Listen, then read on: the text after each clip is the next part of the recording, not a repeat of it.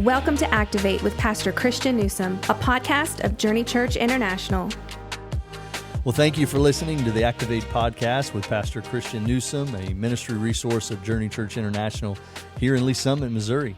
My name is Ryan. I'm on the ministry team here, and it's an honor again to host with Pastor Christian.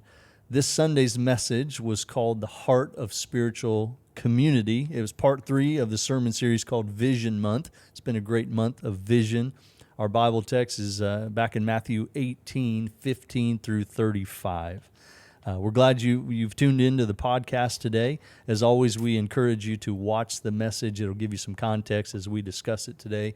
But people tune in to try to activate their faith, and hopefully we can do that for you today. We've been talking about our mission statement throughout this series, and every Sunday of our existence, we've been saying it, right? Yeah. Every time. I mean, I think the good news is people know our mission statement. But can you share how it came together? That's a great question. So in 2011, in the early parts of 2011, so we launched our church publicly September 18th, 2011. We incorporated as a church, which means we asked the state of Missouri permission to be a nonprofit in this state in October, and kind of told them the things that our church would do, but not the mission statement. I think we gave them the name at the time. In January of 2011, we were connected with the Launch Network that became our church planting network out of Westridge Church in Dallas, Georgia. And they put us through 12 weeks of leadership training. When I say us, Danielle and I, to really make sure we'd kind of built the foundations of our church so that when we went public, we would accomplish the very unique things that God had called us to do. I believe, as I look at the ministry of the New Testament and Jesus, that there are 3 very, very dynamic components of the ministry of Jesus that we call in the church world evangelism, discipleship, and missional living. And we had lived through a season where a lot of church plants would pick one. Literally you would go to church planting conferences and people would ask, what kind of church are you planting? Are you planting an attractional church, which basically is all for lost people? Basically, the heart of your church is evangelism. Think Willow Creek Church in South Barrington in Chicago, Illinois, who for years was what they called a seeker-driven church, highly attractional. We want to attract people who have never been to church, who don't know Jesus. Our church is about doing evangelism. People would say, are you going to be an expository church? Are you going to do verse-by-verse teaching? Think the John MacArthur deep theological training. Everyone come to church, open your Bible, learn the Hebrew, learn the Greek, just for Christians. And then we train Christians to do evangelism and missional stuff. But organizationally, we just exist to do verse-by-verse teaching. And then at the time we were planning, there were missional communities. So if you planted a missional church, it literally was a group of Christians who didn't even have Sunday gatherings. Like, the way their church reached people was to serve them, and then after they served them, invite them into their small group and hope they may or may not get saved. So they were like missional communities. Mm-hmm. So there was a thought of hey, what type of church are you going to be? And I would always say like a Jesus church, we want to do what Jesus did. And they're like, well, are you going to do evangelism, discipleship, or like missional community? And yes, and the answer was yes. We saw Jesus doing all of them. So we wanted to create a statement that basically said, our organization exists to do evangelism, discipleship, and create missional communities that serve. So we said we exist. Like, the reason we think God called us to be a church was to do evangelism, to see people far from God, which, by the way, in our early days, we very specifically said people far from God, that's Christians and non-Christians. There are people who don't know Jesus who are far from God. There are people who've had a faith experience who, for some reason, have drifted and are very far from God. So we want to be a church that facilitates people who don't know God and people who are really, really detached from their faith walk. We want to invite them back. We want to help them become passionate Christians. Discipleship. We are going to be a church that does discipleship, but not like we talked about on last week's podcast. not filled with head knowledge, but filled with heart passion. Like what I learn drives my life.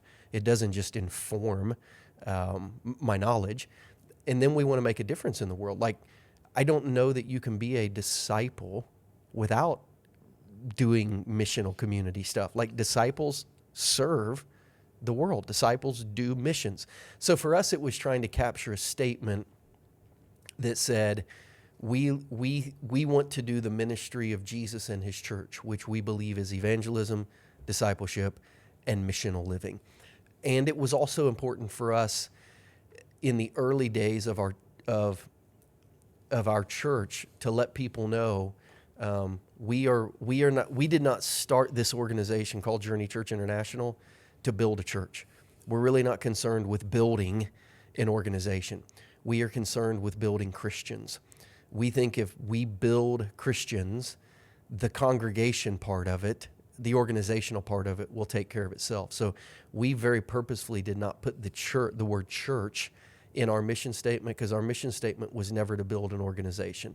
It was to reach people, disciple people, send people out to make a difference. We figured if enough of those did it together, we would look like a church, and we'd have a building, and we would do things administratively well enough, hopefully, to be able to run an organization. But the goal was always people. We wanted to do evangelism, discipleship, and missional living with people. So that's how, over the course of 12 weeks, that statement summarizing our heart for the people of our community came together. Yeah, so good question. Yeah, we exist to see people far from God become passionate Christians and make a difference in the world. Yep. I may have said that thousands of times. Yep, probably have.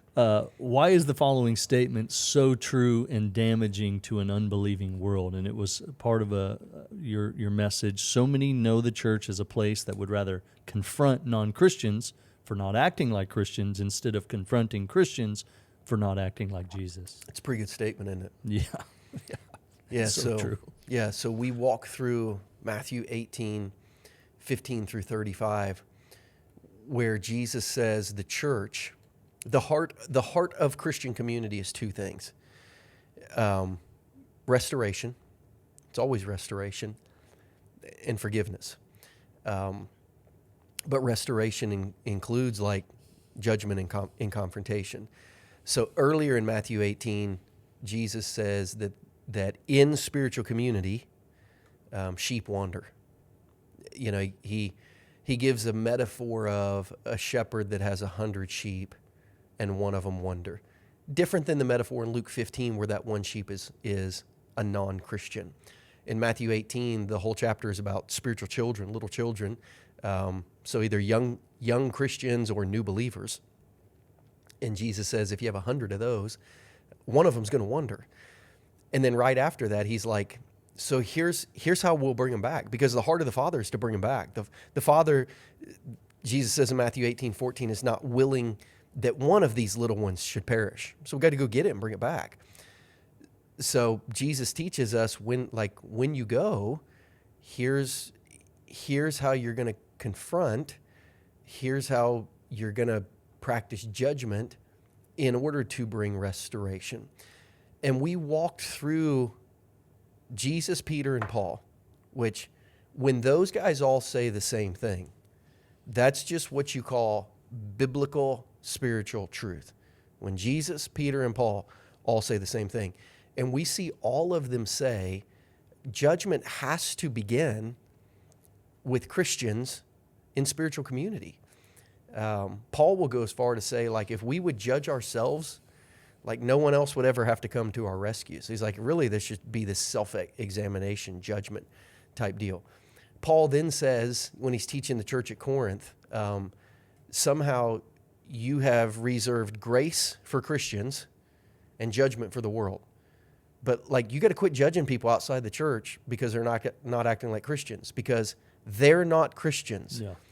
And he basically says the accountability we're asking you to provide in the world is accountability to Christians who are not acting like Christians. And that basically means Christians not acting like Jesus. And I think there would be a lot of people in the world who, when you say, hey, tell me, when you think about the church and judgment, what do you think about? I think a lot of people in the world would say the church, when I think about the church and judgment, I think about how the church judges people who are not in the church. And I think the very, very clear message in this week's message is judgment has to begin with Christians, for those in their spiritual community who are drifting for the purpose of restoration. We need to show grace to the outside world that doesn't know Jesus. We need to have accountability with the inside world who does know Jesus. So I think if the church had a position of, hey, before we confront the world for not acting like Christians, let's make sure we talk to Christians who are not acting like Jesus. If we would get our own house in order, it might be a little easier to reach the world with a unified message and a unified picture of what Jesus followers look like. That's really the heart of Matthew chapter 8, verses 15 through 35. Not only that, here's what restoration looks like and accountability is going to look like, but then on the backside of it, however, this process of restoration and accountability does so much damage to your heart, because relationships are, they're hard. Yeah. That even after you've tried to restore somebody, you're probably in your own heart going to have to learn how to forgive, because the person engaged in restoration probably takes as many punches or more than they give spiritually. Like a parent wrestling a child who's kicking and screaming and scratching and biting. It's like, I'm only trying to help you, but helping you has hurt me. Yeah. And I don't know if my heart wants to live in a relationship with you anymore. So there's a lot of like messy but really good lessons about spiritual community in Matthew 18. So as you talked about that process, you made the distinction between confronting and restoring, which I just thought was so good. Yeah. So why did you want to make sure people understood that as you talked about this process? Because I think it's been my experience in the past that there are some Christians who like to confront for the sake of confrontation more than the sake of restoration. Yeah.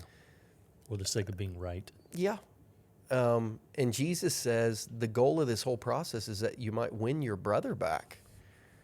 Like, everything is for the sake of restoration. Yeah, the conversation is not to be justified. The conversation is for restoration. The conversation isn't to be right. It's for restoration. Every now and then someone will ask me, like, does your church practice church discipline? And I'll say, our church absolutely has a heart for restoration. It was like, no, but do you practice church discipline? And I'll say, we have a heart for restoration. Like, you're looking at the practice, I'm looking at the purpose. You're asking me, do I get to confront people? Sure you do, but only if the purpose is restoration. Yeah. In our church, in community, in leadership, in pastoral relationships, we from time to time absolutely confront and discipline for the purpose of restoration. But I think it's important. It's really, really important to capture the heart, which is why we said Jesus' process, not to confront, but Jesus' process to restore, because it's all the purpose of the confrontation is restoration. And if you want to confront, and if you want to tell someone off, and if you want to be right, and you really don't care about the person's heart with you or with your spiritual community when you're done, I think you've missed the heart of Jesus. Yeah. Absolutely. I was glad to see that distinction as you unpack that. You talk about a tolerance of sin and how that leads to an entitlement to sin. Yeah. What are the dangers of this mentality? Yeah, so the phrase there, tolerance of sin, leads to entitlement to sin. I think what Jesus is saying is in spiritual community, within spiritual relationships, you have to confront sin. We used to say it this way in student ministry: what you don't confront, you condone. I mean, that's just the spirit of the age. Hey, I know you're in sin, but my gosh, I don't want to hurt our friendship, relationship. I don't want to make it weird. I don't want to make it uncomfortable. So I'm going to ignore it. When you begin to tolerate sin, you encourage sin. Like it just is the reality. So when we have a tolerance of sinful behavior, we create an entitlement for sinful behavior, when Jesus is like, listen, the way to keep the sheep, let's keep going back to the sheep in the earlier part of Matthew 18. The way to keep the sheep from wandering off is confronting them when they start wandering off. If you don't, they are not only going to wander off, they're going to think that's normal and it's safe and it's okay. So I think we have to be very, very careful in Christian community. Again, not with the world. With the world, we have grace. With the world, we engage in relationship. With the world, we show the love of Jesus. We still, when asked the question, we clearly talk about what Jesus says is truth, what Jesus' plan is for life, but with Christians, in Christian community.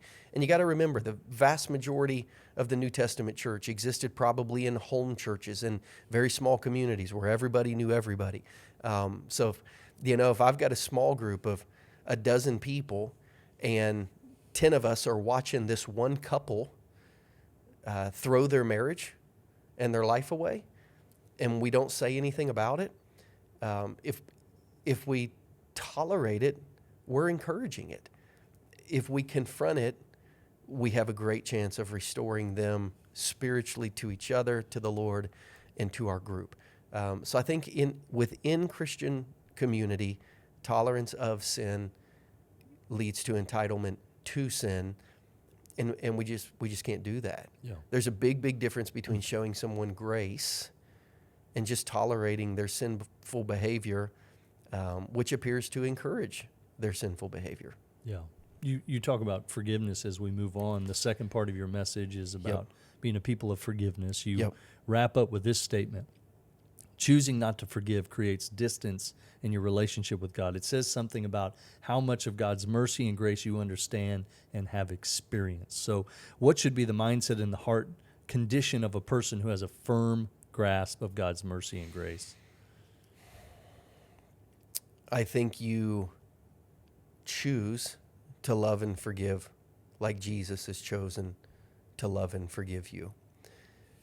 Which means this, again, and we're talking about Christian community, Christian relationships, Christian friendships. Ryan, here's what we know about Jesus.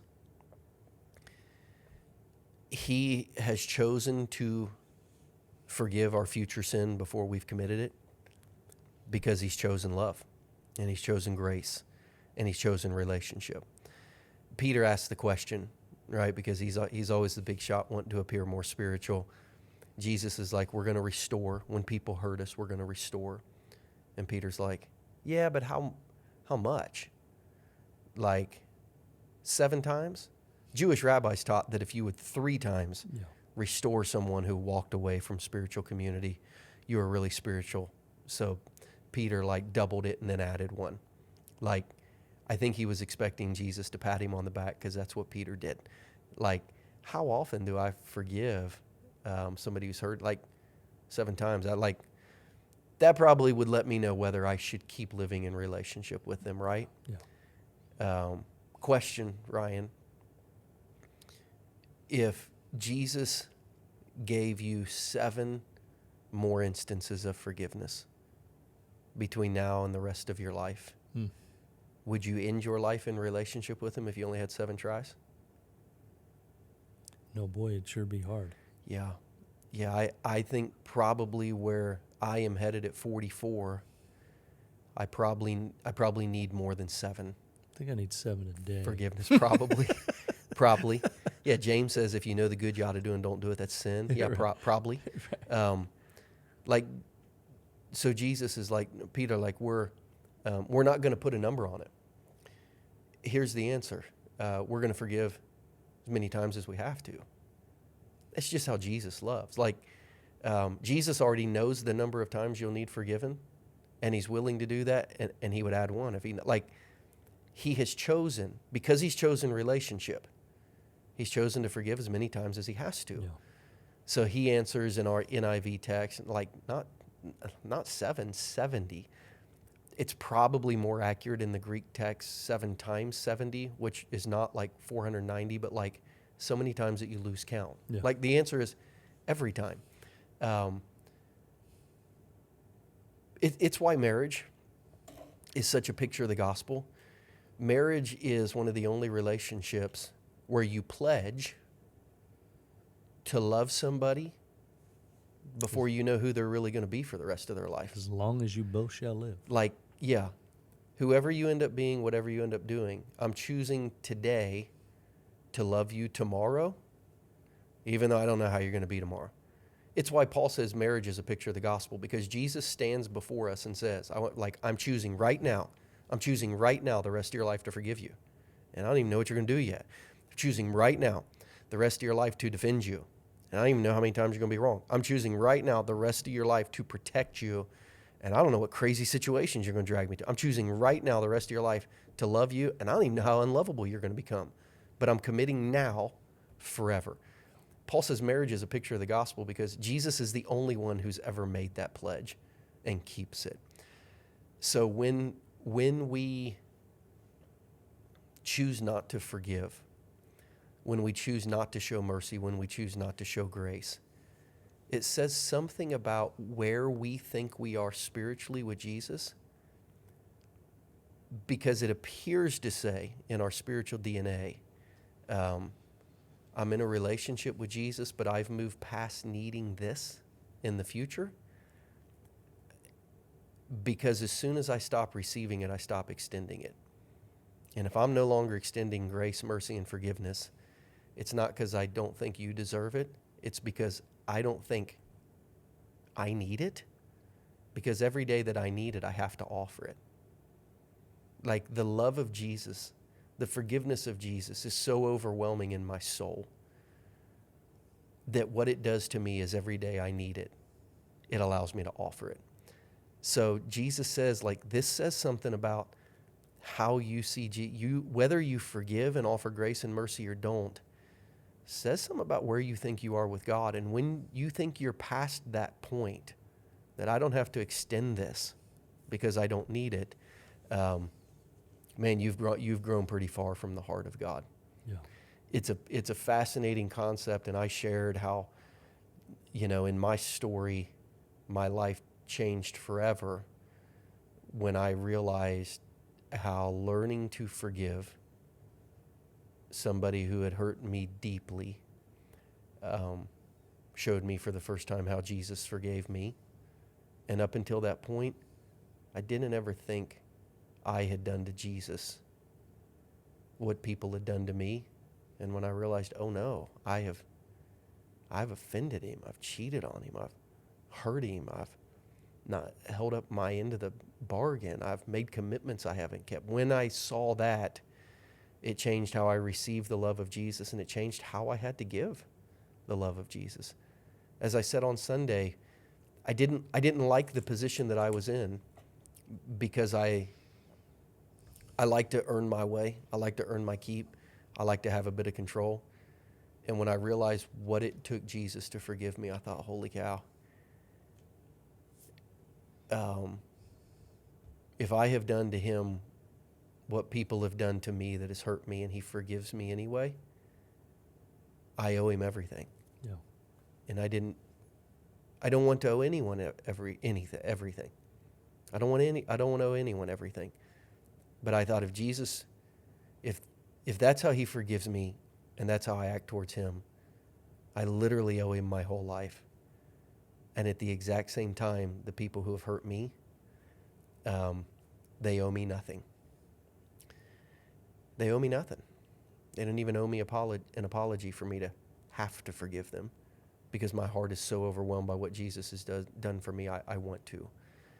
So it puts me in this real vulnerable position, because all of a sudden I now see myself as someone who owes Jesus everything, and someone who's owed nothing by people who hurt me, because I've already chosen to forgive because of grace and mercy before they've done it.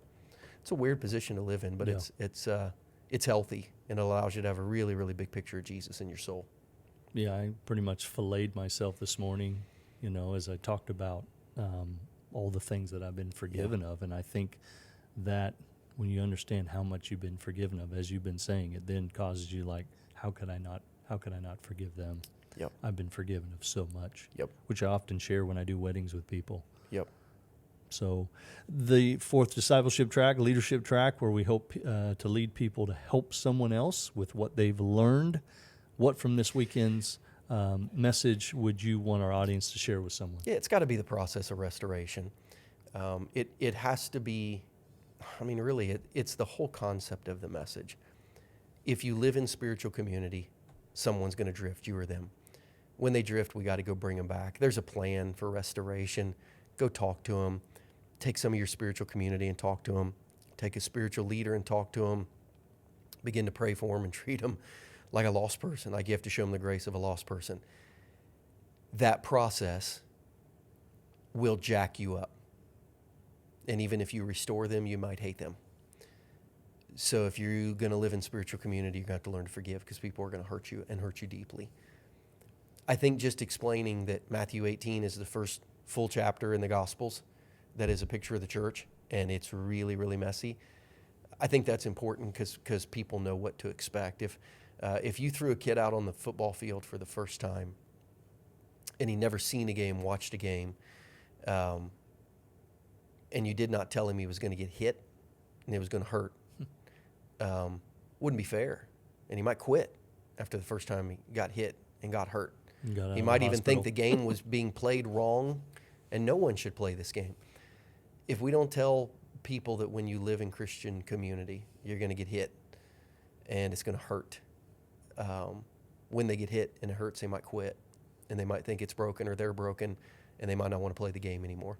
So I just think that the concepts and the principles and the truth of this chapter are so important so people stay in the game. It's a messy game, but it's a game worth staying in. So I think Matthew 18 is a chapter that everyone should know so they'll stay in the game and be ready for it. And remember that thought of restoration. Yes. Yeah. Restore. Yeah. Yep. So again, just remind briefly, I know we've talked about it on past podcasts, that kind of the transition of the podcast briefly. Yeah, so next week will be our last podcast where we're reflecting on the Sunday message. As we celebrate our 11th year anniversary, the podcast will be a mixture of our vision for 2023 for discipleship, and just looking back at the last 11 years of our church. And then our podcast will primarily move to a content-based platform instead of a community-based platform where we unpack the message together.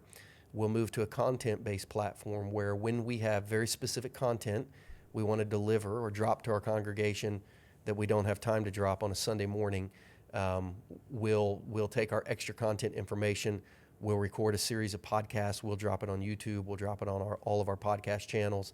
The first one of those that we're planning right now will be the week of Thanksgiving. We have on Sunday, November 20th, Daniel and Brittany Brooker in. They've been at our church before. They both had, Daniel's wife and Brittany's husband both died in their 30s. Young kids, young families. They remarried. They're going to come and talk to our congregation about grief, about healing, probably some about blended families. We're going to do a special podcast because they're here the week of Thanksgiving just on grief for the holidays. How do you handle Thanksgiving dinner when mom and dad are not there? How do you handle it with the kids? How do you handle Christmas morning? Mm-hmm. How do you handle New Year's celebrations? We don't have 3 Sundays to have them in to talk to our church about all those things, but we have Sunday, and then we have this platform that we can record content on and drop to our people that we think can be really, really valuable. So keep us on your phone. Stay subscribed so that every time we drop something, it automatically downloads. And every time we push out new content to our Activate platform, we'll let people know. Most often it will be when we have a guest in or when we just have extra teaching like we will in February and March about marriage that we don't have time to deliver. We'll bring it on the podcast and talk to people about it there. Yeah, it's going to be good. Thanks for being a listener for a long time. This is the 225th episode, so if I got the math right on it, but we're glad, really appreciate all the wisdom you've given, Pastor Christian. Thank you, faithful listeners, for tuning in. As always, if you are listening from around here and don't have a church to get plugged into, please come and be a part of community. Come and be a part of church, 8:30 and 10:30 on Sunday here in Lee Summit. We'd love to hear how God's working in your life, maybe how the Activate podcast has blessed you. If you want to send us a note, we would sure appreciate that. Send us it at activate@takethejourney.cc. Otherwise, we look forward to catching you one more time on the Activate podcast, where we challenge you to build a faith that is active. Thank you for joining us for this episode of Activate.